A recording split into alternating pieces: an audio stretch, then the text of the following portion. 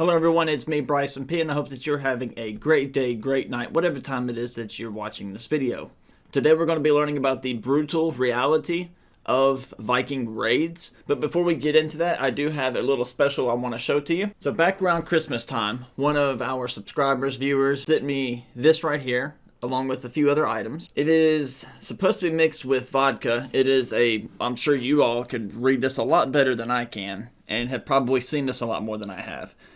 But I'm supposed to mix this with vodka, and then I believe let it sit for about 30 days. Or at least I'm going to let it sit for about 30 days to really concentrate the flavor. And then I'm going to come back and try it. But in order to make this as authentic as possible, because this is a product of Finland, handmade in Finland and everything else is what the bottle says, I did find a bottle of Finlandia, which is vodka of Finland. And of course, made from the pure glacier spring water and the finest 6-row barley. So what we're going to do is we're going to make this right quick, and we're going to set it on the shelf and then get into today's video. We're going to crack it here so that way you know this is not water.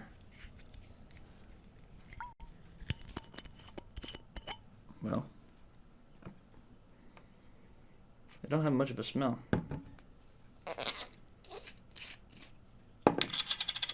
Alright, hopefully I don't spill this and everything else.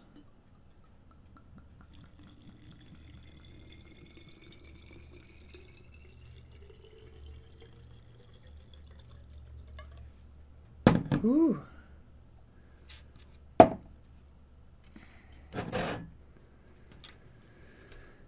Okay, that's about...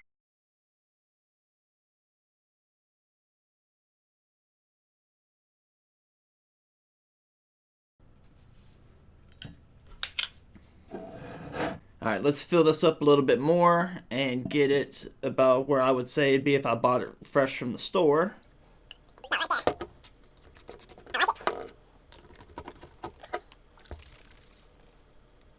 Alright, so we will put this on the shelf and let it sit for about 30 days. This is the 13th of March, 2022, so about the 13th, 14th, give or take a day or two of April. We will take a shot. Alright, RJ Rippy going up here. We're going to put this with the other Finland stuff that we have already. Let's get into today's video. The brutal reality of Viking raids. Here we go.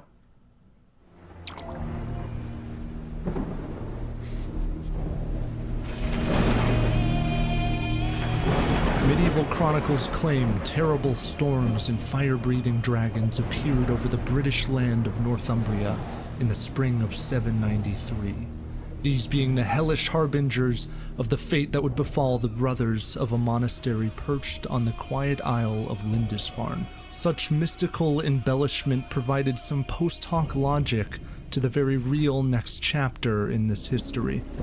The Heathens Are Coming. Foreign longships loom just offshore. Shields, spears, axes clatter as bearded men swarm the monastery. Doors are splintered, spears plunged into the backs of fleeing monks. Blood-spattered chapels are gutted for relics and precious metals. As swiftly as they arrived, the Vikings vanish over the horizon. Medieval chroniclers believe this is a punishment from God, an attack on Christianity itself by bloodthirsty pagans. Yet the motives of these raiders can only be understood here. In flame-lit mead halls over hearty meals, Scandinavian chieftains sit upon their thrones, courting the loyalty of brave warriors. Norse faith and warrior tradition strengthen these bonds, but loyalty must ultimately be bought. Shining metals, fine jewelry, and other valuables plundered in raids can be immediately distributed amongst followers as gifts, or first exchanged with merchants for exotic curios like fine French wines and exquisite Chinese silks. The Vikings will also capture countless people in their raids, holding important individuals for ransom and turning others into their household slaves or reluctant wives. Still others will be torn from their homelands and traded to slavers in the bustling markets of Venice and Baghdad. destined to toil away the rest of their days in lands as remote as Egypt and Central Asia. So is the whole purpose to a lot of these raids simply just to get monetary gain out of it, just to either capture people, sell them off for trade, for slavery, or to be able to, find items that have value and just basically raid exactly as it is. Just go through and raid and take whatever and pilfer the village and then go on to the next one. I mean, the more that I learn about it, the more that I realize, or the more that it seems to me, that that's what it a lot of times was just simply go in and just take whatever we want and continue on. There wasn't necessarily a true meaning behind it, other than this is just a way of life that we do. This material and human loot drives Viking raids.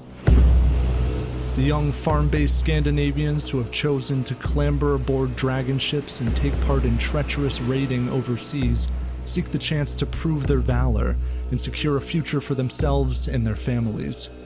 Thus, the more plundered gifts offered by a chieftain, the more followers will flock to him and the more plundering he can accomplish. These unique dynamics and power struggles in And could that be because that person able to have more, they want to follow them and choose them as to be like the leader of the next place to go because they seem to be more successful in finding valuable items in valuable places? You wouldn't really want to follow somebody and go raid land and go take over a village whenever the villages that they find and places that they come upon are of very little value. Of course you're going to want to go with this guy. Scandinavian society spark an era of relentless raids on foreign soil. Versatile longships allow hit-and-run Viking attacks that will ravage medieval coastlines. In the coming centuries, kingdoms will fall, great cities will be drained of their wealth, and land will be conquered. But the Vikings aren't invincible, and not every place will be as ill-guarded as the monastery on Lindisfarne. A troubling message reaches the court of Emir Abdelrahman II. 54 Viking longships have appeared outside of Lisbon. After attacking the coasts of France and northern Spain, the raiders have arrived in the Umayyad Emirate of Cordoba. The Vikings waste little time. They overrun Lisbon, killing, burning, and loading slaves and treasures onto their ships. The men of the north then unleash the same destruction on Cadiz and Medina. Could you imagine, and the way that this is told is very storytelling-like. So whenever you're around, in 844, 850 AD, and in these times, you're hearing of stories of men who went to this place and raided the village, took everything, captured people, and sold them off and burned everything and left. And that they could come to your town or to the next town over. You realize that a lot of those things could... they become like ghost stories, but also not only that, but they're reality stories as well. Medina Sidonia before wading into the Guadalquivir River toward the crown jewels of Seville in the sprawling capital of Cordoba. It's here in the capital that Abdelrahman II faces an existential moment. The safest way to survive a Viking raid is to give them what they want. In the wake of the devastating Viking occupation of Paris, the Frankish King Charles the Bald will bequeath 6,000 pounds of silver and gold before the invaders leave. But paying them off comes with an added price. Vikings who extract tribute once will come back for more. Many Irish, English, and the Sami of northern Scandinavia will cough up enormous annual tributes in exchange for peace. Abdelrahman II decides he will call on local Muslim chieftains, old rivals and uneasy allies, to band together and drive off the common enemy. But the Vikings have moved with vicious haste. They break into Seville and overwhelm its defenses. Traumatized survivors flee into the mountains, while the invaders launch fire arrows at mosques and pillage the city for another week. Each day, the Scandinavian raiders carry off loot, and reinforcements arrive from their ships. the Viking invasion force grows in power. It's in the dead of night in a village overlooking Seville that a cobbled-together army assembles. These skilled cavalry and hardened warriors have answered Abdelrahman's call to fight. When at last dawn breaks, thousands of Vikings march out of Seville, intent on sacking another nearby city. Then, the stampede of Muslim troops ambushes them. They slaughter the detachment of Vikings and drive the others out of Seville. The Vikings respond with a handful of bloody victories, but a few costly losses. Then, as Viking ships stream down the river, catapults rain onto them a napalm-like substance called Greek fire. The searing and one of the hardest things for me, I guess, to truly grasp, because unless I've seen it with my own eyes, and unless I've physically been there and been a part of it, it's something that you can't put yourself in the shoes of someone else directly. But a lot of these, these are stories and things that we are taught in school, and we hear about in our history books, or we see through movies that depict these types of events. However, you don't really realize and you don't get the sense of how real this stuff actually was, and that these were things that actually happened. I mean, they continue to happen today, and they do happen in parts of the world today. But at the same time, just the stories that are told, a lot of times you feel like they're just stories and not actual true events because it happened such a long time ago. Or because of the events in the stories, you don't really feel that those are actual things because it's not the way that things are today. Those aren't the types of weapons or techniques or ideas that we have today. So therefore, it's hard to wrap your mind around those things actually happening.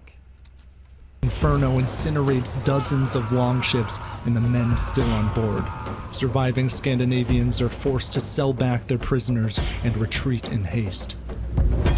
Along the Spanish coastline, the victors hang 400 Viking captives from palm trees, a grisly warning to would-be invaders. Viking raids thrive on regional division and unrest between kingdoms, but here a swift collective response has saved the emirate. And just to imagine, you can't really. I mean, you just can't really imagine or fathom the thought of if you were sailing on a ship and approaching land. Let's say you've not seen land in many weeks, and as you get closer, you start to see all these bodies just hanging from trees and hanging from the coastline like that. You would be absolutely terrified. You wouldn't want to land there. You wouldn't want to step foot on that island or that piece of land. And that's how those types of urban legends really get created. The Vikings, for their part, have lived up to their reputation. Cities are ruined and the bloodshed is substantial. It's clear to Abdelrahman that the best way to survive a Viking raid is to stop it in its tracks. He commissions a massive new standing fleet and equips his coastline with watchtowers and a system of messengers. Yet over a decade after the first attack, the intrepid Hasting and Bjorn Ironside lead another Viking fleet down the Spanish coast. The Vikings again arrive at the mouth of the Guadalquivir, but this time the new Cordoban fleet sails out to block them. For the shrewd, profit-minded Vikings, the risk of costly battle is too great. They sail off to sack the capital of another emirate in northern Morocco, and then ravage southern France and Italy. They take home a massive hoard of treasure. Here, one might ask who finally defeats the mighty Vikings and puts a stop to their raids. The bands of independent Scandinavians blitzing coastlines seem unstoppable, but the world is changing. In the new millennium, Europe increasingly organizes under more stable monarchies, capable of raising formidable counterattacks to Viking incursions. Scandinavia will also centralize. Great kings consolidate the power of Viking chieftains and establish Christian kingdoms that pursue more conventional means of trade and conquest. In truth, the Vikings don't fall to any conqueror. They evolve. Also, I think whenever I visit there here in May, in just a couple months, that whenever I go to, I don't have my notes with me, but Roskilde, right? I wanted to call it rock slide, and I've been calling it rock slide, but Roskilde or something like that. But it's where it used to be the capital of Denmark before it became Copenhagen, correct? And so in that case, that I'm talking about the right place, but that's where one of the Viking museums are, that we could see the ships and whatnot. They are open on the day that I'm looking to go, and I believe that's going to be the 22nd of May, which is a Sunday. From what I understand, the Viking Museum that is in Oslo, or near Oslo, that one is closed for remodeling and reconstruction. So I won't be able to go to that one. The brutal and fascinating Viking raids deserve a deeper dive, and that's why you should watch the wonderfully gritty Okay, that's just an ad from there. Alrighty, so that was the brutal reality of Viking raids. Definitely gives a little bit more concept and a little bit more understanding to definitely the way that the Vikings worked during their raids and some of the movements that they had. A little bit more information definitely than the first reaction that I had to the Vikings, and I'm sure there's so much more that I could react to and learn about the Vikings. And I do plan to make a few more videos and definitely learn a bit more about the history and about Vikings and about other things in general of Scandinavia, especially with my trip coming up very, very soon and quickly approaching. So I do have almost a final itinerary of everything that I'm going to do. I will be making a updated travel video here soon, so that way you guys will know a lot of my itinerary and give you all some availability to input your own ideas to where I still have some days that I need to fill in some time slots. And so that is it for today's video. I hope that you enjoyed it, and I hope that you have a great day, great night, whatever time it is that you see this. It's me, Bryson P, and goodbye.